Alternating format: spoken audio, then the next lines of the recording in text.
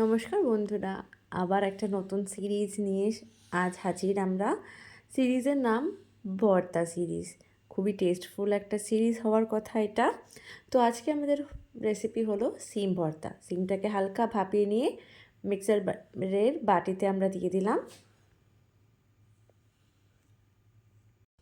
এবার 8-10টার মতো কাঁচা লঙ্কা কাঁচা পাকা মিশিয়ে দেওয়া যেতে পারে, আর 8-10 কোয়া মতো রসুন আমরা ওই বাটিতে দিয়ে দেব।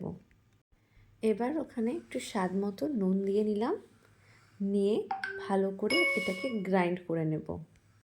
তো আমাদের গ্রাইন্ড করা অলরেডি ডান, দেখতেই পাচ্ছেন।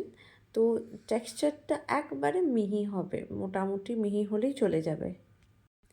এবার কড়াইতে সামান্য সর্ষের তেল দিয়ে আমরা ওই মিক্সচারটাকে দিয়ে দেব, আর কন্টিনিউয়াসলি ওটাকে নাড়াতে থাকবো যাতে কোনো কারণে জিনিসটা লেগে না যায়। এবার স্বাদ মতো চিনি দিয়ে দিলাম। যে যেরকম মিষ্টি খায় সেরকম দিতে পারেন, বাট চিনি দেওয়াটা অপশনাল নয়, ম্যান্ডেটারি, যাতে স্বাদটা আরও বেশি আসে। কি করে বুঝবো যে আমাদের ভর্তাটা হয়ে গেছে নাকি? দেখুন, এটার চারপাশ থেকে ভর্তাটা ছেড়ে এসেছে, পুরো একদম কড়াই থেকে আলগা হয়ে গেছে। এটা স্পষ্ট মানে যে এবার আমাদের ভর্তাটা রেডি টু সার্ভ। আমাদের মোটামুটি ভর্তাটা হয়ে এসেছে।